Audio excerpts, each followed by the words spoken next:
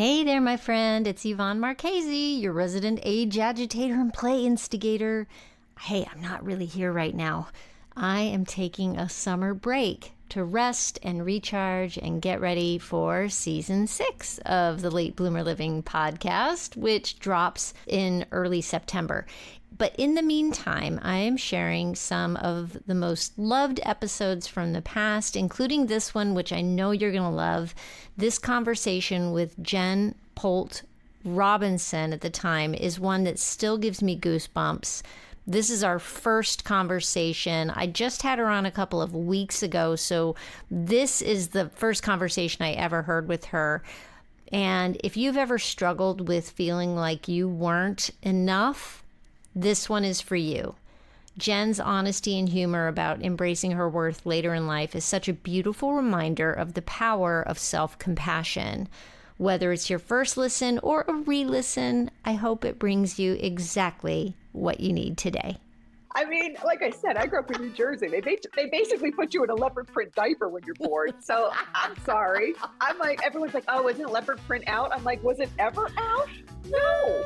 They're like, oh, I'm so glad it's back in. I'm like, it's never been out. I've been wearing it since I'm 15 years old. Yeah, I don't know. Yeah, I do scoff at that. Nothing pisses me off more than hearing age appropriate. Like, oh, she's too old to be blah, blah, blah.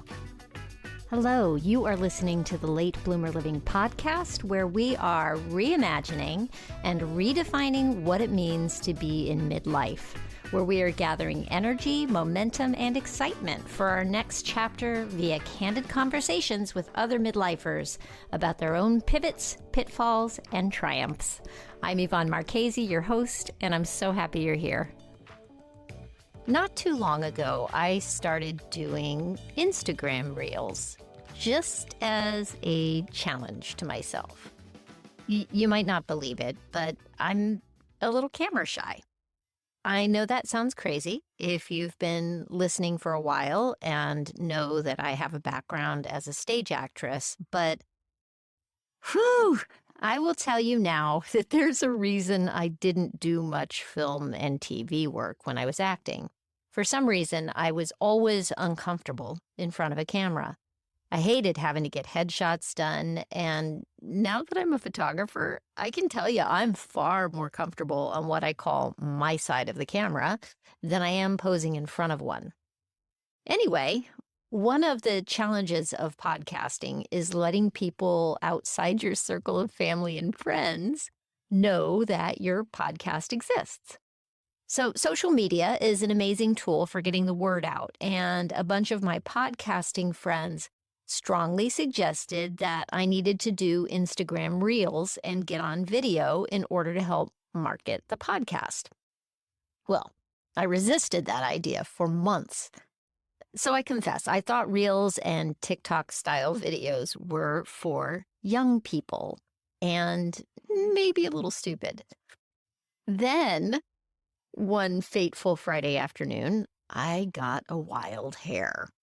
I thought, it might be fun to do a lip-syncing reel to a song from when I was young. Well, okay, so I plunged in before that wild hair feeling went away, and guess what? It was fun. For my first reel, I chose a very 80s song. I chose It's Friday, I'm in Love by The Cure. I mean, can you get more 80s than that? I found a filter with a pink wig that made me look a little punk so I wouldn't look like myself. And I couldn't believe how fun it was to be goofy in front of the camera. It was liberating. And I admit it, a little cringy, but it was more fun than cringy. So I decided to keep going. And then I got really into it and I started researching. I put that in quotes. And by that, I mean scrolling through Reels to see what the cool kids were doing. And, well, that's when I stumbled upon this week's guest. I fell in love with her, and I fell hard.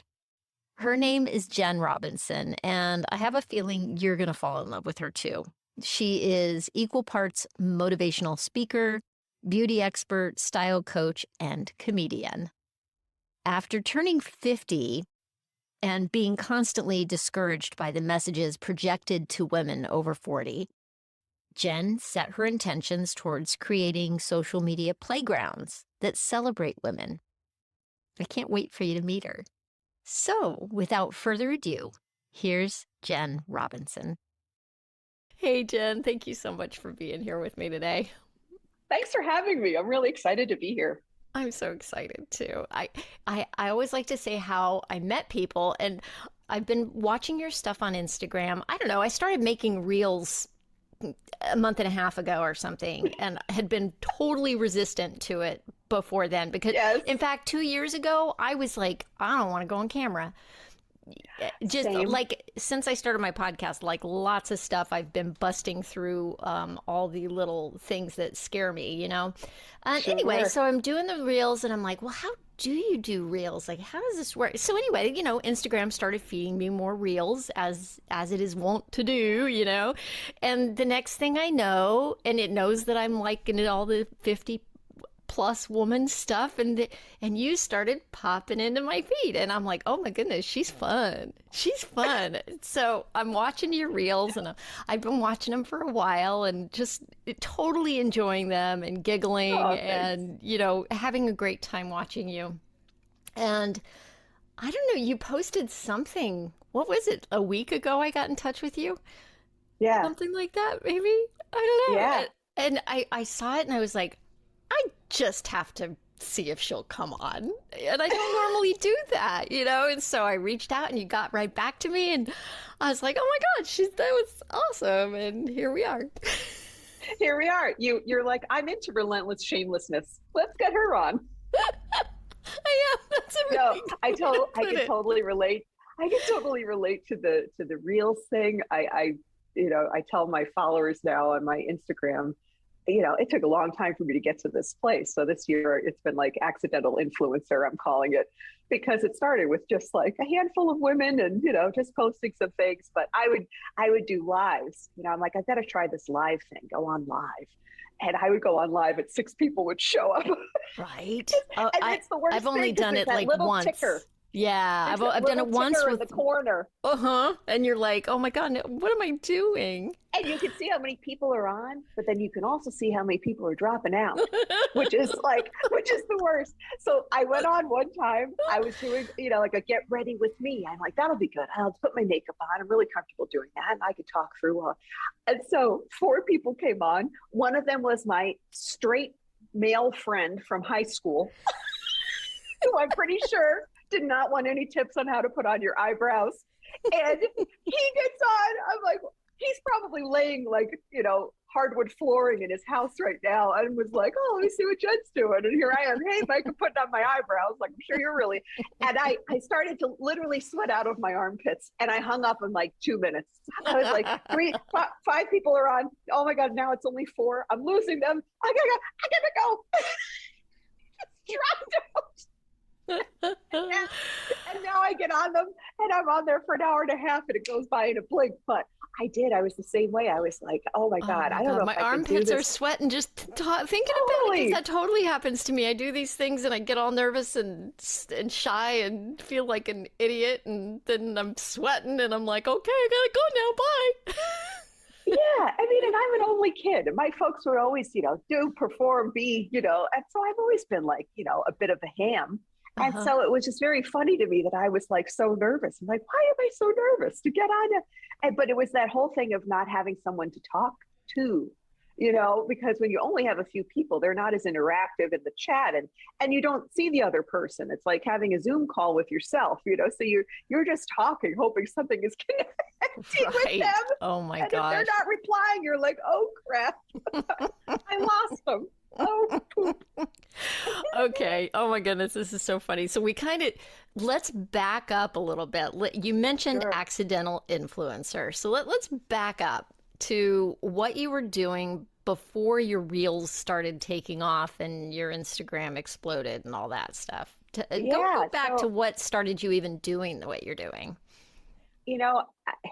it started with, just thinking I should have an Instagram account. Like that seemed like the thing to do. So I, signed myself up and came up with a little name, and I would post a few pictures. And, I've always been, I've been in and out of the beauty industry for about 20 years, started behind a counter, but always been a makeup girl and a freelance makeup and things like that.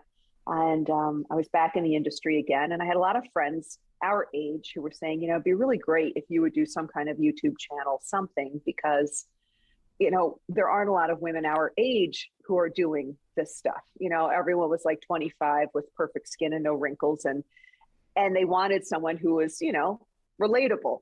And so I was like, okay. And I started, just dabbling, and I wasn't doing video. I was just, I would do my makeup, what I thought was really beautiful. And I'd sit at the stupid window in my house that gets really great afternoon light, and take the perfect selfie. And I did a lot of these like still, here's my makeup look for the day, and here's what I used, and my, handful of friends, oh, it's pretty. Oh, I like that. What color is this? That was fine. Yeah. And then the pandemic hit. And,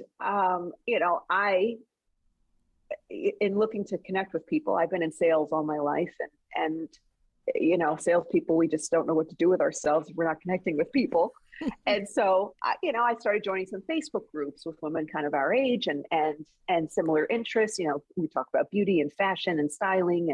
And then I started to post a few little pieces on there, and it felt a little safer to do it that way, because it was like a closed group. You get to know some people, and I'm like, okay, I'll just throw some videos out to that crew. And I started to get some, oh, this is great, well, oh, I love your energy, and oh, and you do have an Instagram, and I went, oh, okay, maybe I should repost some of this stuff to my Instagram. And so I started to do that, and then some of those women started to follow me there, and then some of their friends started to follow me. And so like earlier this, that started last year in the spring, I started to really get into it and have some fun. And then it turned into some styling things where a girlfriend of mine saw a pair of pants. She's like, oh, how would you wear those? Do you have other ways that you would wear them? And I was like, oh, I'll pop this up as an Instagram video. Maybe that'll be fun. And that turned into just like this little following. I had a couple thousand followers, right? Most of them were friends of mine that I've known for years, and then a handful of strangers who had come along the way. And then, like you, started with this whole Reels thing. And, up until September, I had about maybe 2,000 followers. And then I got into watching the Reels and thought it would be hysterical, to do some of these, because I am a ham. And I am also, radically shameless. And I was like, what, this will be really fun. And so I did one that I almost did not post, because it has some language, some colorful language in it. But I'm from New Jersey, and we're known for colorful language. So I was like, you know what? And the people who were following me know this about me. Like sometimes I let the F-bombs fly, and I've been known to let an F-bomb or two fly. Yeah. I'm from New Jersey. I mean, that's like our favorite adjective. And so I almost didn't post it, because I'm like, well, what if people from my corporate job, and they see me on the thing and I'm swearing, and I was like, you know what, this is me. This is my separate thing from my, I'm going to just post it. That reel went viral and got 1.3 million views. What? And then all of a sudden I went from, less than 3,000 followers in September, and now I'm at 35,000 a few months later. Wow. And it started with that reel. I picked up probably, a couple dozen thousand followers with that. And then just people started to watch my stuff more. And then, Sharon Stone followed me, and my girlfriend screenshotted it. She's like, Sharon Stone is following you. Like, what? No, it's got to be like some Sharon Stone who lives in like Kansas. It can't be it's the Sharon Stone. Went to her thing. I'm like, it's really her page. So yeah, it just started to be funny. Like, I'm like, she found it, and she's like, this is hysterical. And I'm like, oh my God, that's a riot. And then all of these little things just started to fall into place. And, I'm laughing, because in my head a couple of years ago, I thought, wouldn't it be nice if I could just build a nice little following over the years? I'm 50. I turned 50 this year. And I was like, it would be really cool if I could just build this little following so that maybe, maybe when I'm ready to retire, I'm thinking that I'll have this little following and maybe I could just be like a part-time influencer for women in their 60s. And I was like, this will be fun. I'll just build this slowly. Uh-huh. And, I'm thinking I'm going to pick up a couple thousand followers a year. Right. Then all of a sudden, whammo. And now all of a sudden, it's like, holy crap, I really need to figure this out because now I feel, there are more people, more eyes on me, and there's more opportunities coming my way. And, I'm like, oh, this could be something. And who knows what it's going to be. But yeah, it's been fun. It's so been that fun. happened in September. Yeah. And now we're in January. So how has anything changed in your life, like in a way that you feel like this is like a sea change other than, oh my gosh, I have all these eyes on me? Or what, anything new or anything you found out about yourself or? Yeah, I think, um, the process has been really interesting, and it's been eye-opening in that I struggled a lot in the beginning with this whole, I think we all do it in some way, shape, or form at some point in our lives with some kind of imposter syndrome of feeling like, is my makeup technique good enough to be teaching people? I've never really considered myself like, a stylish person, or like I've never done styling before, but people were responding to my style and they were, enjoying those things. But there was always those pieces of me like, really, who am I kidding? And especially in the springtime when I only had, maybe 1,500 followers. And every Saturday I'd turn to my husband and go, I'm going to go upstairs and film now. And he'd go, okay, great. And he's been super supportive. But there was this part of me like, really, I'm going to like give up my Saturdays every weekend to go film. Like, who am I? Like, I'm not going to be this thing. It's like you do this whole thing, right? Of like, am I for real? And thinking too, do my friends think I'm nuts? Like she's trying to be an influencer at 50. So I just, you play those tapes, and I like to consider myself a fairly confident person, but I still had those questions like, who am I kidding?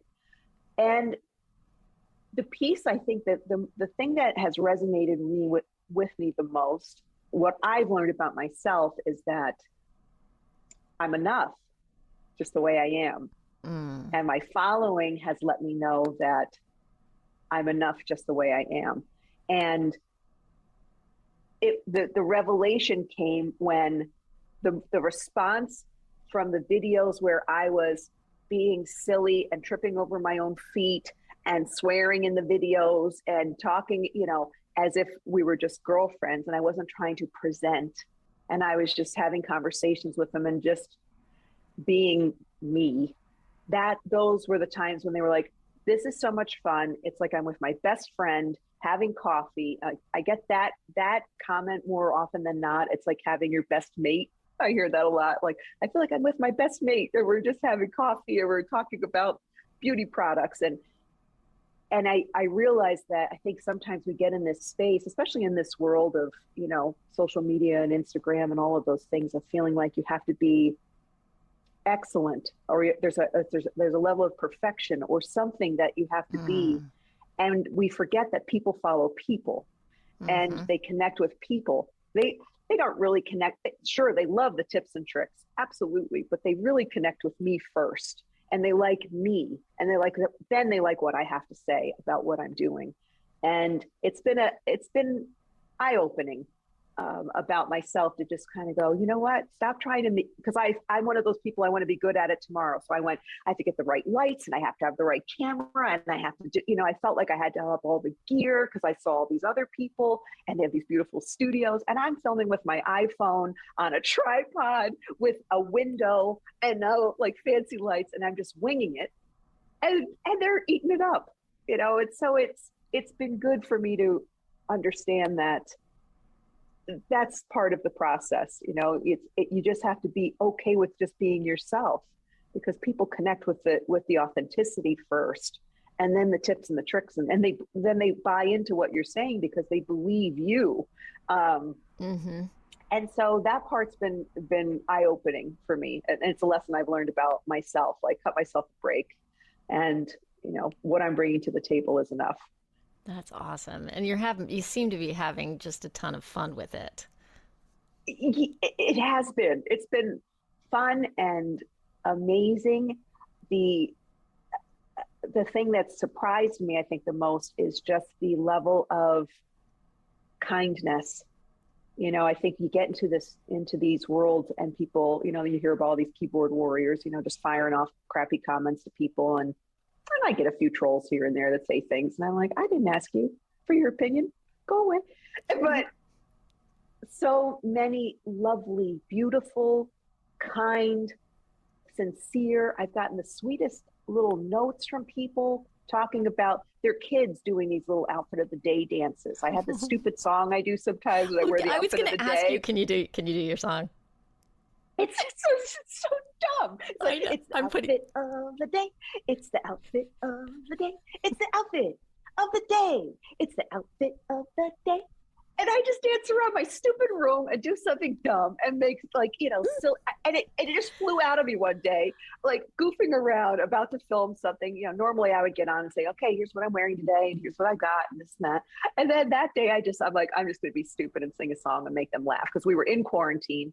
And I was like, this is what happens when you let an only child loose and she's been in quarantine for months. And I'm dancing in front of the camera, like doing stupid dance moves. And I'm like, well, that was like, oh my God, that was the funny, that was really what started it because I sent it to the Facebook groups I was in. I posted it to my Instagram and everyone's like, the outfit of the day dance is now stuck in my head.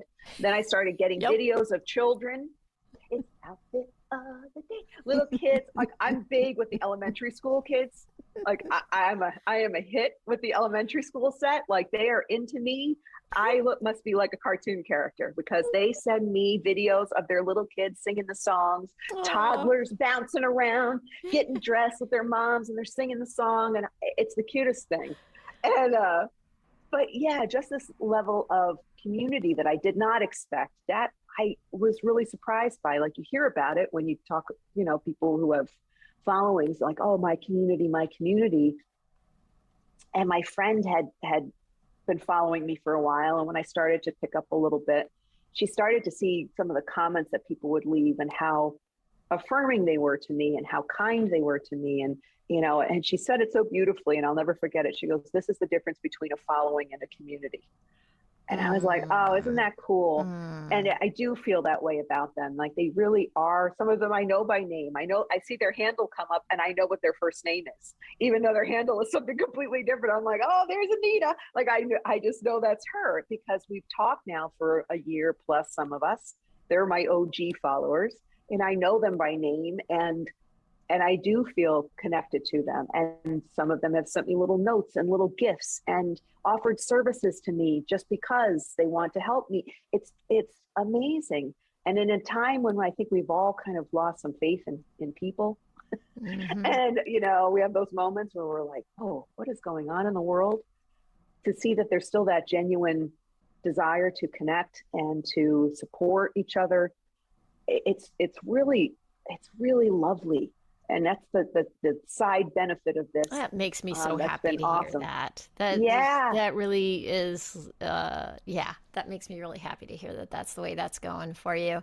And I'm thinking about, that imposter syndrome that you were thinking about and trying to get it all right and making sure you had the right light and all this stuff. And, I feel like one of the beautiful things to come out of the COVID shutdown and 2020 is that we all kind of had to get real there. And yes, what everybody's Instagram feeds were all so perfectly curated before. And I feel like we got a chance to drop that artifice a little bit and just kind of show up as ourselves. And how great that your takeaway from this is that you are enough. How amazing is that? Yeah, just that genuine. And I agree with you, Yvonne. I think it's been I think as stressful and as trying, and it's been, there's been a lot of loss and pain and things associated with these last couple of years, but there's also been a lot of people reaching out to each other and genuinely connecting. And that's what I've been seeing a lot. There's certainly those moments of being this, doing this kind of Instagram thing that can be a little off-putting. But for the most part, it's been really just lovely, and to watch people really connect and how they're supporting each other and how they're supporting me and vice versa. It is. And it's forced us, I think, to shake off some of that and to just say to heck with it. Or, I think so many of us feel like we lost time. I lost a very good friend last year to COVID, and she was 45 and she was gone in a week. And she was one of my dearest, like my sister was in my wedding, and you grapple with this lost time concept. And I think what people have realized is that, there's nothing promised. And so maybe we love a little differently now. Maybe we reach out a little bit more, or we connect differently, or we try harder, and we make sure that we don't have that feeling of lost time. And so, I agree. I think it's been a big piece of it. I feel like there's an opportunity here that I hope that we can all take advantage of the opportunity that's in the middle of this to do that. And, I think about your followers feeling more like a community. One thing that's happened for me in this year is connecting with people, oddly, online. I made more friends in the past year and a half doing my podcast because just this connection. And what I'm finding is I also feel like there's this moment in time where women are starting to support each other more. And that to me is really exciting. And I don't know if it's because of the space I'm playing in with a bunch of other 50-something ladies who are ready to throw off the competition and whatever else we were, I would just always felt like, groups of women, there's always going to be, yes, the side eye and the competition and all the stuff. And I feel like less and less of that we're all starting to try to go, no, go girl, go. Yeah. I mean, I feel the same way. I have a lot of, I call them my Insta sisters, all of these women and, younger than me, older than me, my age, and we've all connected, and we get on each other's pages, and we support each other's things, and we shout out each other's successes. And I just feel like that's the energy I want to put out in the world right now. And I feel like that's the energy that's coming back. And I think a lot of it just has to do with how we are showing up. I think it's like attracts like. And when you're putting that out into the world, like I'm supporting other women, and I'm trying to really promote women-owned businesses and women-owned brands and minority-owned brands, and giving some voice to, some of us who have felt like we've been sidelined, women our age. We're part of those groups too, of, that get kind of sidelined, and wanting to celebrate, shapes, sizes, colors, all of the things, and so it's been, I think when you put that energy out, it comes back to you. And I'm not surprised that you're feeling that too, because you're also putting that out in the world, and that you're attracting it right back into your, it bounces right back. It's a mirror. What you put out comes back. Yeah. What an exciting time in so many ways. I mean, it's a scary time and a weird time in a lot of ways, but there's so much possibility within it too. That's, when I started doing this, I keep going back to what you said, that you realized you're enough. And I think about when I started down my little path, and I wasn't quite 50 when I started looking at what, I got up, started a morning routine. It kind of flipped everything around, did a lot of self-helpy work. And that's what got me excited about my next 20 or 30 years. And that's what got me thinking about doing a podcast and all that stuff. And a lot of what I was trying to do at that point was improve myself. There was a lot of self-improvement that I was striving for, and the more I do this and the more I go down this path, the more I'm realizing, no, I don't have to improve myself. I am enough.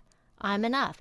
But let's dig in and see what I'm excited about. Like, it's not about improving, it's about exploring. And for me anyway. Yes. And I feel like that is kind of the path you're on as well. Oh yeah. I mean, I couldn't agree more. And I think improvement comes with the exploring. It's like once you kind of tap into the things that you really want to pursue, and when this started to really take off, and I started to get so much great feedback from women who were watching me and learning from me and then asking questions, then it made me want to learn how to do this better. Like, okay, well, I want to learn how to edit video, and I want to learn what does this whole hashtag thing mean, and and lighting, and how to put fun video clips together. I'm by no means some kind of expert film editor at this point, but it's improved me.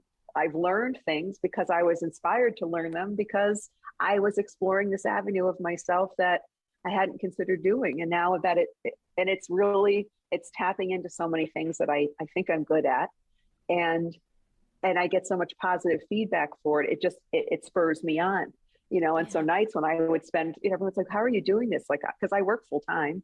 And then I do this probably 20, 30 hours a week between editing and filming and all of the things that I'm doing.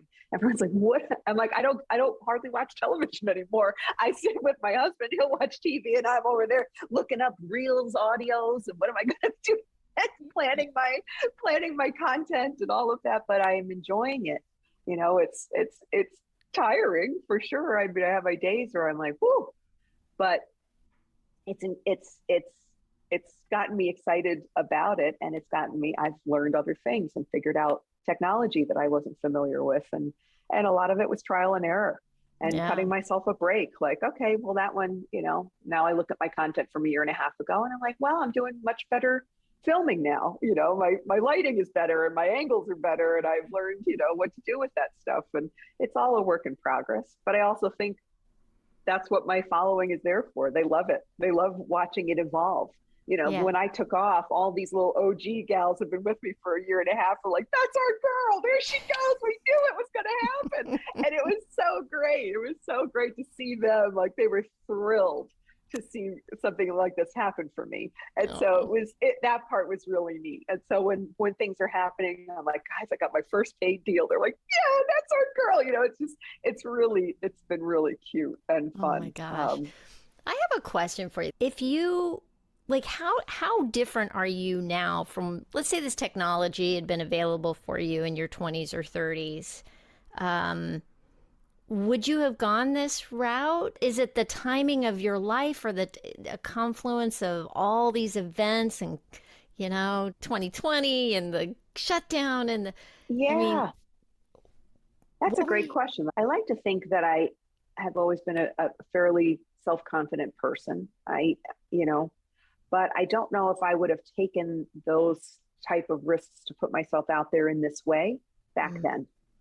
And I think getting to this age, there's something really liberating about turning 50 for me. I was really looking forward to it and embracing it. Not my friends are like, you're totally in. I said, you know what? I feel like there's this thing that comes with 50. I said, I feel like it's a rite of passage where you can just finally say, I have 0 F's to give anymore. Like, all my F's are expired. Like, done. And you just get, you're able to get to that place. And I think that I'm in a space in my spirit where I feel as though I'm cool with where I'm at. I'm okay with not knowing things. I was much more, I think, prideful back then, and was afraid to say I didn't know, and wanted to assert myself. And I worked in a lot of industries that were male dominated. And sometimes I felt like I had to kind of assert and fake it till you make it. And don't raise your hand, say, I don't know. And now, 25 years into my career, I'm the first one in a meeting. Like, I have no idea what you're talking about. And I wouldn't have done that at 30. So I think that there's this thing of getting to this place in my life where I'm thinking, I know I bring a lot of great things to the table, but I also know that I still have so much to learn. And I'm okay with showing people that I don't know, and that I'm learning, and that I need help. And I'm a very proud person, and I want to try to do things on my own, but I've gotten much more comfortable with the idea of, that's something I don't know. I'm going to ask, I'm going to just put it out there. I don't know. Will you teach me that? And so I think to answer your question, I don't know that I would have back then. I think I would have been hung up more on trying to make it perfect and trying to be, a shinier, more polished version of myself instead of my true self. And this settling in that happens at 50 of getting very comfortable in your skin and who you are and what you're all about. I think that has really contributed to the overall success of what's happened for me. Yeah. Yeah. I just hope, I'm so hopeful that in this time that younger women can see older women, because I think it's changing. I think there used to be a Yes. certain amount of invisibility that went with the turning 50, which also does give you freedom because the invisibility, it's kind of like, what the hell?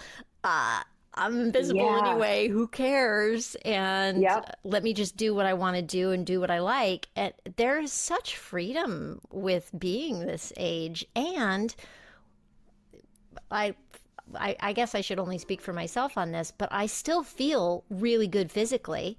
I still feel, Yes. in fact, I feel better than I felt in my 40s because I finally am taking care of myself and exercising every Hmm. day. And I'm like, what? Okay, so I've got all this energy and I've got experience and I've got this and I feel like I'm just getting started, you I know? get it. I get it. Yeah. I was on live yesterday and a girl popped into my comments. She said, I'm 29 years old. And she goes, and I prefer following you over the influencers my age. She said, I think you're so real and genuine. And she's like, and you really inspire me. She's like, and I hope to be as cool as you when I'm 50. And I'm like, that's so awesome. That is Because awesome. I think we are, I think there is this, the narrative is changing about what it means. This whole thing, it cracks me up recently. I don't know if you've seen it on Instagram, everybody talking about how the Golden Girls, when they were on, they were all in their 50s. Mm-hmm. And they put the screenshot of the crew from the Golden Girls against the screenshot of the cast from Sex and the City. They're like, they're both the same age Right. on television age. And it just the visual of like what a woman in her 50s is now compared to what we thought, like someone said to me, you know, like our grandmas, they looked old and they were like our parents' age. And my mom doesn't look old. My Yeah. mom's like in her late 70s and she looks great, Yeah, but I'm gonna blow it your was like, mind. Somebody yeah, blew my mind in a clubhouse room not too long ago. They were talking about Archie Bunker and Edith, the wife, yeah, in her 50s at that point. And you think about like right. she was like as a young person looking at her, I was like, she was old. Yes. And I before I started down this little road and before I kind of had a flip, I dreaded aging. I've Hmm. never been afraid of dying so much. I'm kind of like, well, that's coming. Okay. Right. But what I am afraid of or have been afraid of is getting old and infirm and all the things that I thought getting old Hmm. meant. And I am now really kind of excited about like the next 20 like what's it gonna look like? I Yeah. don't know. Hmm. You know? Yeah, I'm I feel that way too. Yeah. I get that.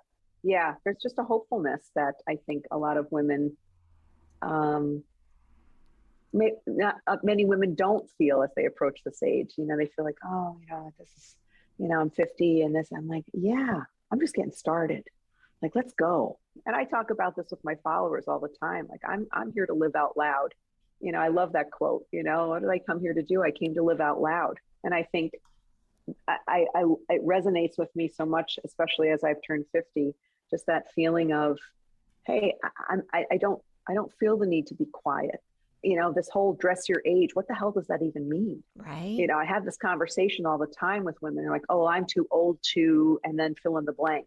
I'm too old to wear a mini skirt. I'm too old to wear sparkly eyeshadow. I'm too old to wear, and I'm like, mm-mm. Or we talk about trends and they're like, oh, I don't want to look trend. I'm like, what's trendy? What makes you feel good is what's trending. Like, do you feel good in it? Who cares? It's from 1987. Do you feel like you rock it?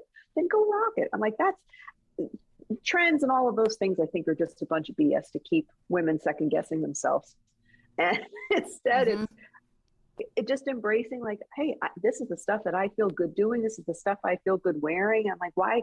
I go, why do you want to just take away joy? I mean, I think it's such a excuse the word, a bullshit message that we get as women that, 20s and 30s, fight, fight, fight, make your voice heard, stand out, stand up, climb the ladder, do the things, chase it down, go, go, go, go, go. And just the volume keeps getting dialed up. And then at 50, it's, be quiet and stand in the background and don't talk too much and don't be so opinion. It's what? So what you're telling me is that, between the years of 25 and 50, like those are that's my sweet spot to like be all the things I could ever be. And that once I hit 50, like my voice is no longer valid. Like just when I've gotten to the point where I feel the most secure about myself and what I bring to the table and what I bring to friendships and relationships, just when I feel the most comfortable, that's when you're telling me to dial it down. No. No. Not going to happen. Mm-hmm. Even more annoying. Yes. Oh my gosh. And I'm thinking, you were just had me thinking about, that whole age appropriate thing. And I remember reading in your bio just how you're scoffing at it, I think was the term. And that you're convinced that leopard print is indeed a neutral. Girl, I am here to say yes. I mean, like I said, I grew up in New Jersey. They basically put you in a leopard print diaper when you're born. So I'm sorry. I'm like, everyone's like, oh, isn't leopard print out? I'm like, was it ever out? No. They're like, oh, I'm so glad it's back in. I'm like, it's never been out. I've been wearing it since I was 15 years old. Yeah, I don't know. I think that's, yeah, I do scoff at that. Nothing pisses me off more than hearing age appropriate. Like, oh, she's too old to be blah, blah, blah. I saw a woman and I was with friends. We were in Maryland in this cute little town called St. Michael's. And there was this adorable woman. She's probably in her mid 60s. And she had a mini skirt on, bare legs, high heels, working in one of these shops. And she's walking around. She looked great. And she walked past me. She was walking out the door. And I just tapped her on the shoulder. I said, I'm going to tell you, like, you look fantastic. And you should wear short skirts for the rest of your life. I'm like, I would kill for those legs. And she was like, thank you. And you could tell she probably heard, just the opposite message from a lot of people. Yeah. And I said, I applaud you. I'm like, you have the legs of a 20-year-old. You should wear that for the rest. I'm like, you look fantastic. And even if you don't have the legs of a 20-year-old and you like to wear short skirts, do it. But it did. She just looked fantastic. And I'm like, we need to tell each other that stuff. I hate this idea that we're all supposed to be in a twin set in a moo-moo by the time we hit 55. And qualifying our compliments too, just say, you look great, right? You are rocking that. You look just killer. Right? Like yes. Yeah. Like own that energy. Absolutely. Oh I think, there's been a lot of that. And I think we grew up in that, in a generation where I think we were encouraged to be more. I think we were probably like one of that first true generation that really embraced the working world. And you're going to go out and you're going to get like all of that stuff. And I think it's been lovely to see our generation embracing this decade, because I think we see it differently than maybe our parents' generations did. It was like, okay, well, this is when you start to dial it down and, and let everybody else shine. And I think it's such a shame, so many, we're bringing so much to the table now, and we control so much of the economy. So right. It's like, don't underestimate us. We have a lot of buying power too. Yeah. Yeah. I think they're starting to, I'm saying they're, the brands and such, I'm really starting to see real people in like real looking people in ads, and so great. Hopefully more diversity, and hopefully age isn't the last ism that, breaks that barrier. I'm so tired of all the anti-aging this, anti-aging that. And, Yeah, I hate that too. And I don't use it. It's like, oh, I'm like, pro-aging, not anti. Yeah. Yeah. I think it's so important that we paint different pictures, especially for our daughters and our sisters and our girlfriends that we paint different pictures, and we put out different messages to young girls about, I've got girls who are talking to me about Botox at 25 years old. I'm like, don't worry about that I stuff. Like, you know, don't need to right? be doing that. No one needs to do it. I mean, I do it, but there's this idea of like, oh, I've got to just eternalize this 25-year-old look. And you couldn't pay me to go back 25 years. I'm really cool with where I'm at. Yeah. Do And I, you picture yourself like do you ever visualize yourself 20 years from now? Do you have like an image out there of what you hope it looks like? you know, I don't. I think, I don't know that I've ever been a person who has really gone there with, okay, this is where I want to be in 20 years, because I feel like I'm always evolving in the day to day. Mm, And, and I had a really great conversation with one of my best friends about this. I think it's a shame. It's this weird thing that we've put ourselves through. You always talk to, what's your 5-year plan? Where do you want to be in 5 years when you interview? And where do you want to go next? What's your next job? What's your next thing? And there's this idea that where you're at right now cannot be satisfactory to you. mm, Like, you can't just say, I'm good right here, yeah. just like this. And there's this whole thing of like this unrest that you always have to be in this space of wanting to more, and next. Like, why can't, this, where you're at now is where you wanted to be 5 years ago. And now you're here. And now you're supposed to say, well, this wasn't enough, even though this was your goal 5 years ago. And like, why can't you just say, you know what? This is the job for me. This is the job I love. And I'm okay to do this job for 20 years instead of chasing down the ladder or the rung. So I don't do a lot of projecting into the future. I think for that reason, because I like not knowing. And I like the idea of possibilities and not feeling like I've predetermined it somehow in my head. Sure, would I love to be able to, retire early from corporate America and just be an influencer? Yo, I've had that vision in my head, and maybe that'll happen someday. But I never thought that this was going to happen to me, and this has been such a cool thing. And 2 years ago, I wouldn't have imagined this. Yeah. And so I just hope that I'm in a place where I'm happy and I'm surrounded by the people that I love, and maybe I'm still imparting some wisdom and some joy on folks, and having some fun along the way, and being ridiculously, shamelessly knuckleheaded. But I think I don't spend a lot of time forecasting and trying to, because I think that's part of the fun, is turning right and not knowing what's going to be around the corner. Yeah. And I like that part. That sits better with me. I love that answer. I love that answer. I'm trying to get there, girl. I've always, I've been like looking at that future and all that for a long time, and living into my future instead of enjoying where I'm at Yeah. for so long. And so I'm going to take a page out of your book. That's Yeah, what I'm just going to do. marinate in your awesomeness. Like, just get Yeah. good and marinated in it. Like, I look at how far I've come.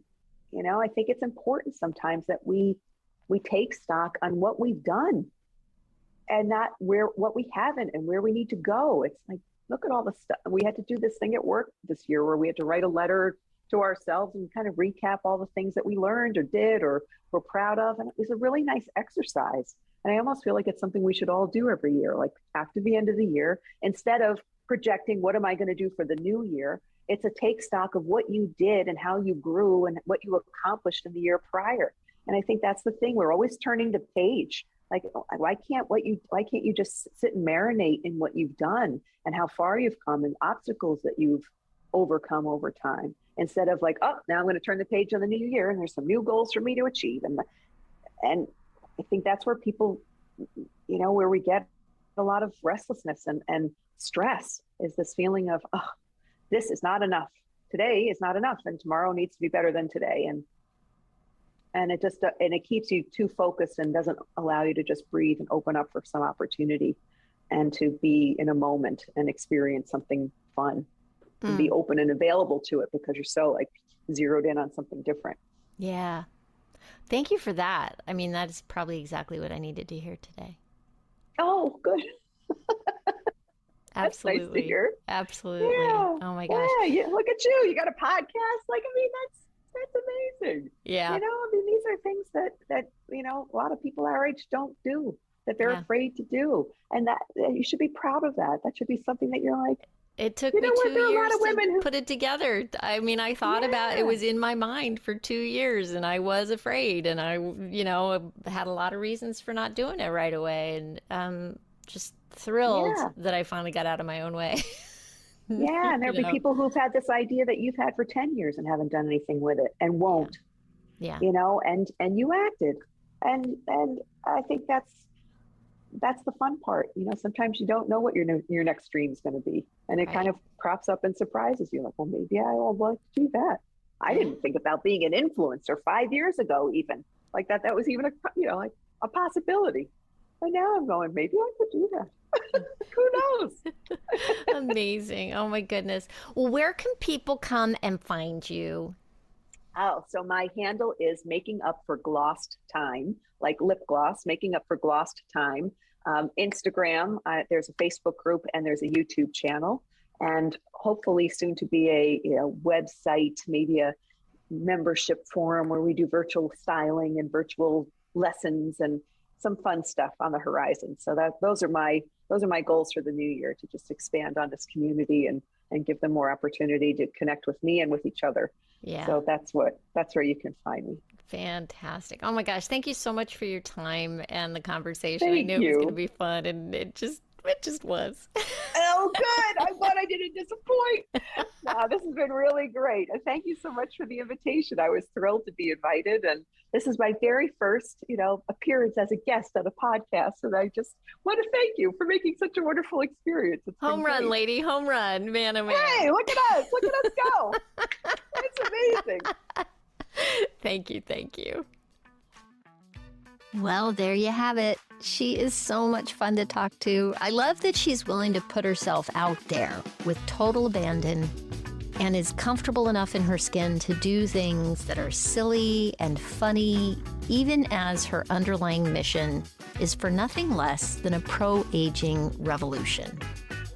Her platforms promote radical self-love and encourage women of all ages to live out loud. Something stuck with me after I talked to Jen. I find it so interesting that she almost didn't post the interview that went viral for her. And it makes me wonder, have you ever held yourself back from doing something because of what other people might think? I have. I mean, what if just being yourself is good enough? What if you stop trying to improve yourself and just live out loud? If you want to know more about Jen Robinson, just go to latebloomerliving.com/podcast and click on the show notes for episode 92. Thanks so much for listening. Hey, if you had fun, please share this with someone, this episode. Let's get this pro-aging revolution moving, people. I hope you have a fantastic week. Stay safe and well. Talk soon.